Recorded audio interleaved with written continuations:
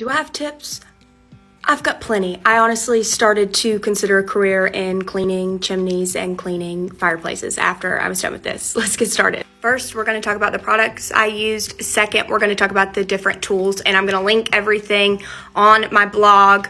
Link is in bio to my website, and just go to blog and I'll have all the different products I use. You can find them on Amazon, wherever else. I don't know how bad your fireplace is. Mine was a coal burning fireplace back in the late 50s, and I don't know the last time it was used, but it was closed off. It's closed off now, but I don't think it's ever been cleaned since then, 70 plus years later. Start off with a warm bucket or bowl of water, and then next you're going to want to use dish soap. You can also, if you get this spraying version of Dawn, you can spray it all over the brick. That was very helpful for me. I did make a mixture of borax or baking soda. You can put that in with the warm water and do a little bit of vinegar. Vinegar is from the $1.25 tree, as it's now known. Also use an all-purpose cleaner. Love these. Can't go wrong with these. I either use the green one that they have, or Purple Power is what I have right now. Lastly, heavy duty oven cleaner, but be sure to get the fume free version. My store was out, so I just had to get regular, but fume free all the way. Okay, let's talk tools. If you aren't already using Scrub Daddy, you need at least one of these.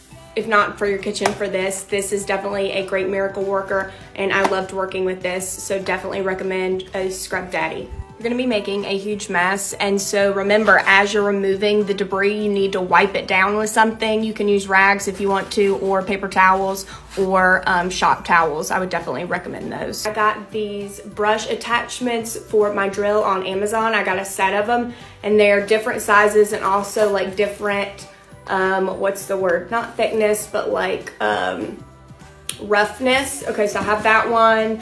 I use this too to detail furniture, detail cars as well, because I like to do that for fun. So this works pretty good once you've got the product mixture on there. That really helped. But this is the product, the holy grail, that really made the difference in getting, it's literal soot, I don't know how you say it, off. Make the investment, if anything, on this Bissell steam shot. It will change your life. Whether you're cleaning your tile grout, like in your bathrooms, kitchen, whatever, you're cleaning your baseboards, this thing is amazing. They have different attachment heads, and I used one that was like a brush. And yeah, let this steam up, and then put this, once you got your product sitting on there all over, steam an area section, and then, and I'm telling you, 6 hours later, but you'll get it done, I promise. Don't give up.